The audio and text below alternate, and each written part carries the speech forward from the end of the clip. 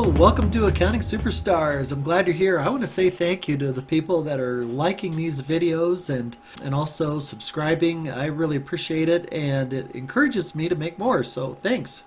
So today, the topic for discussion is the cost of quality. So the cost of quality, what happens when you sell customers defective products and services? I don't know about you, but when I receive something that's broken or doesn't work right or doesn't meet my expectations, I'm an unhappy camper, and especially when I buy things over the internet. Your company will have to do warranty work. There's product failure, which makes people unhappy. Rejection, customers decide they don't want it. Angry customers, unhappy customers, annoyed customers, and all the above. Complaint handling. So here you've got to talk to these people and listen to their complaints and try to figure out what's going on, and then troubleshooting, trying to figure out, well, what should we do? What's wrong with the product? What are some things that we can do to fix the situation? Legal fees, lawsuits in bad cases, sales allowances, that's where you reduce the price of the product just to keep the customer happy, and loss of trust. Product returns, what a hassle. If it's a hassle for me to send it back, it's probably a hassle for the company to get it back. Field service, you might have to go to the location where the product is, or go to a person's house and fix whatever's wrong. And spare parts inventory, you've got to keep spare parts, and that's expensive, and some of the spare parts are going to get lost and stolen and mixed up and who knows what, but it'll be expensive to keep them. Lost customers, they'll find a competitor. Decreased market share, business failure in bad cases. Customer injury, and worse, customer death, depends on the product. Additional employees, you need more employees to handle all these complaints and to fix the bad products. Low employee morale, who likes to do things twice or three times? And brand destruction. What happens when product and service defects are discovered before customer delivery? So here, products are being built or have been built but have not been delivered to the customer, and we find out, oh my goodness, something's wrong with the products. So it's good on one hand that we found out before the customer did, but there's still a lot of problems. There's downtime, there's poor employee morale, they've got to redo things. There's unhappy supervisors and management. They get grumpy. You have to rework products. There's scrap, waste, spare parts inventory. You need parts in order to fix things. And shipping delays. You thought the product would get out on one date, but now the date is postponed because you have to fix the products before you can ship them out. Consume resources. This consumes time, money, and then opportunity cost. That means what you could be doing rather than fixing things, you could be making good things and making money. Damage to machines. In some cases, making products that are defective might harm the machines. Employee injuries, product downgrades, sales price reductions. And reinspection. Reinspection means, well, once you fix the thing that you're selling, you might want to have somebody check it out, make sure it's working right, and make sure it's good before you send it out. It'd be terrible to send it out and the customer find out it's not good. How can poor quality issues be avoided? The answer has been known for 6,000 years, so this is nothing new.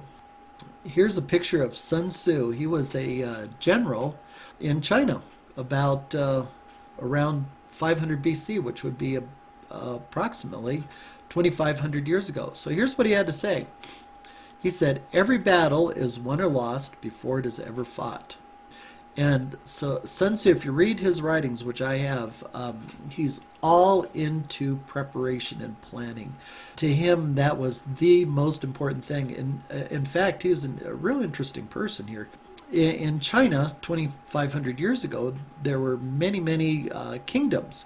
And Sun Tzu happened to live in one of the smallest kingdoms. And the other big kingdoms would periodically come around and beat up on Sun Tzu's little kingdom. And so the king of Sun Tzu's kingdom said, "Hey, Sun Tzu, I know you're a great strategist and a great general. Can you defend us from these people that keep attacking us?" And Sun Tzu said yes, but the problem is that the army of the small kingdom was about 1/5 the size of any of the other armies that surrounded this little kingdom. But Sun Tzu defeated every single kingdom. And in fact, it was due to him China was unified into one big country. This is Lao Tzu, and he lived way before Sun Tzu. And I don't know if they're related. They both have the same last name. Do the difficult things while they are easy, and do the great things while they are small. And what he's implying in this is preparation, being ready, doing all the things you need to do to make sure the outcome is good. Here are the 2 keys of quality success. Number 1 is prevention, like Sun Tzu had to say, and the second is appraisal. These 2 terms, prevention and appraisal, go by other names too. So you might hear the cost of good quality or the conformance to specifications. So here is prevention. So what is prevention? It's preventing problems before they occur. Planning, qualifying vendors. What is that? Well, when you have to order supplies or parts, make sure those vendors make quality parts. Check them out. Go visit them. Make sure they can deliver on time. Make sure they can deliver with good terms. Make sure they'll back up their work. Make sure they know what they're doing. Training. Train your employees. Engineering and design. Engineers aren't cheap, but they're so important. Make sure the designs meet the requirements. Make sure that the designs are as simple as can be. That feedback. Ask your customers what they want. Talk to your employees. Oftentimes your employees have the best ideas, especially the people working on the shop floor. Right the first time. Avoid reworking things. Avoid fixing things. Product improvement. How can we make this product work even better, simpler, more efficient? Product improvement. Meet or exceed expectations. Have it be more efficient. Education. Let's educate our employees. Also, we might provide education to potential customers too. Maintenance. Make sure your machines are in good condition, that cutting blades are sharp, that the machines are working well and working within their specifications. Testing. Make sure it works. Test prototypes. Have your employees test it. Have potential customers test it. Find out where things go wrong and fix those things. Appraisal. What is appraisal? Ensuring things are going according to plan, ensuring products and services meet specifications. So it's monitoring. So you're detecting, measuring, evaluating, inspecting. Find issues quickly. This reminds me of a story of Mercedes-Benz, and I'm not sure that they do this anymore.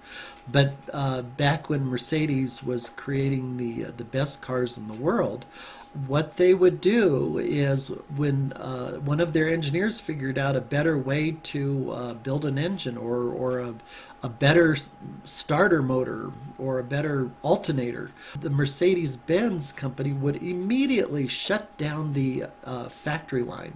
They would start implementing these new good ideas. They would not wait until the next model year, like American companies, and I kind of don't think that Mercedes does that anymore. It's too bad too. I used to own a couple of old Mercedes-Benzes, and they were fantastic cars back then. Getting spare parts was pretty tough because since they would shut down the line and implement new parts as the engineers figured out better ways to do things, you always had to go to the auto parts store with your motor serial number in order to figure out what part you needed. Acceptance sampling. That's taking samples of raw materials coming in before you accept them. Appraising suppliers. Go back and double check. Are these suppliers delivering as they said they would?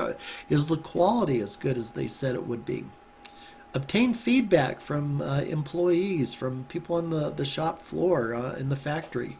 Obtain feedback from customers and resolve the problems quickly. So lastly, what are the 4 costs of quality? The first one is prevention, and that's good planning and design. And I've got a couple of dollar signs here, just a couple of them, meaning that prevention, a few dollars goes a long ways. And appraisal, ensuring that things are going according to plan. And this may cost a few more dollars because you probably have to hire inspectors, and you might need testing equipment. You might need a laboratory possibly. The money spent here in appraisal goes a long ways. And then next we have internal failure, and as we know, that's finding the product failures before the products are delivered to customers. And this is where the money starts adding up. And here you have to rework things, and you have waste and scrap, and you have to troubleshoot, and it's a big mess. And then 4, external failure, which is the worst. So customers finding product failures, and that's where you lose customers, lose business, lose market share, and a lot of waste, a lot of problems, a lot of ill will. So you want to avoid that. And so the moral of the story here is that spending money up front on prevention, just like Sun Tzu, you'll win the battle. When I typed in these dollar signs, I purposely typed them in such a way that it looked like a exponential type of curve. You can kind of see how it kind of goes out like that, or a logarithmic or whatever. People who are involved with quality say that these dollar signs follow a Pareto distribution, and that is that with a little bit of money here, you can get a lot of good results. So put your money in the right place. Anyways, those are the 4 costs of quality, and it's something I've remembered my whole life here, and it applies to so many things in life. Anyways, I hope you find this useful and interesting, and I'll see you next time. Bye now.